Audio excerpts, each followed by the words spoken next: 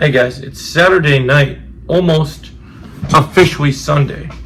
And with that being said, the weekend's almost over. I'm seeing Superman for my second time tomorrow. Love the film. Can't wait to continue talking about it with you guys. We're also going to do a podcast on Tuesday where we discuss it. So that's been pretty awesome. But in the meantime, I thought it was time that, I haven't seen a ton of movies this year. I know my worst from my best. So I thought we would rank my top 5 favorite films of the year, go into details about why they're at, what place they're at, and why my top 5. I'm going to rate each of them, give scores, everything. Alright, so number 5 on the list, and remember, this list is my list. It's not the right list, and I'd love to know yours. So these are just my personal opinion, my personal thoughts on what films I like best from 2025 so far. Coming in at number 5 on the list, we got F1. I recently saw F1 last Sunday, and I really liked it. I'm not a huge Formula 1 racer, but I know the lore, and I know that there's a lot of things. There's a great cast in the movie. I love how the story is handled. I love Desmond Idris. I think he's pretty great. I love Brad Pitt. I think each of the actors and actresses do a really good job. It'd be a better movie for me if I was really into Formula racing. I really just feel it is good. If you love racing, the cars are cool. It's literally Top Gun with cars, and I think that that's fine. It's a very enjoyable film for what it is. But with that being said, I really do think that there's just a couple things, the pacing, and a couple other issues that hold it back for me. So I give it an 8.5 out of 10, which is why it's at the number 5 spot.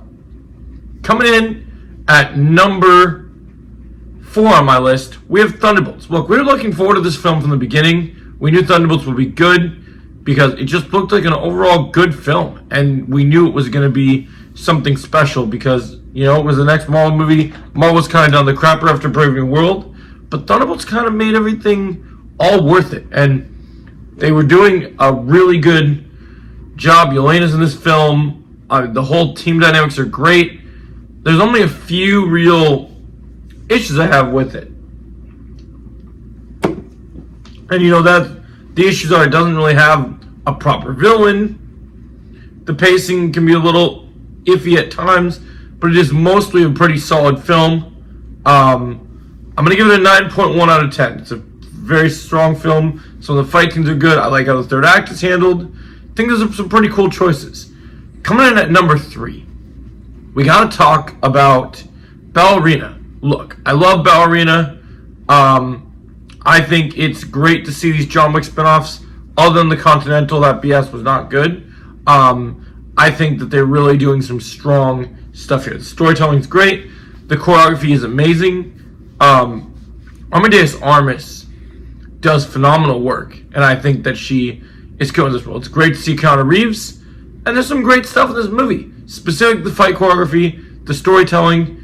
I mean, some of the stuff, it just feels like we didn't need as much Keanu Reeves because I feel like we were really into Anna's story, and So, that's kind of disappointing, but it's still a very solid movie.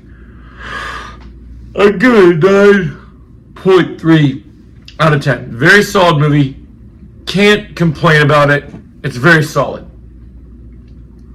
And then coming in at number 2. Look, you would have asked me a few months ago, I would have told you without a doubt that Sinners would be number 1 on this list. And it is still a cinema masterpiece. It's still an amazing film, but Sinners lacks rewatchability. Sinners is a great film. Ryan Coogler does a great job with it. It handles really important themes really well in terms of Haley Steinfeld's fantastic. Jack O'Connor's an amazing new star. And of course, you have great stuff with Michael B. Jordan as always. But it lacks rewatchability, which is why it gets 9.5 out of 10. Now, coming in at number 1, like I said, this would have been Sinners had it been a few months back. But now that I've seen Superman, even though not everyone sees Superman as a 10 out of 10, James Gunn utterly cooked with this movie, and I love it so much. From the visuals, the storytelling, all the characters in this movie are fantastic. Love how the Justice Gang fits in and everything. It feels like such a great comic book film, which sets it apart from so many other things. So yeah. Superman may not be a perfect film, but it is a damn good comic book movie, and it gets a 10 out of 10 for me. So this is my top 5. Let me know yours in the comments below. I hope you enjoyed it, and as always, we'll catch you in the next video. Thanks for watching, guys.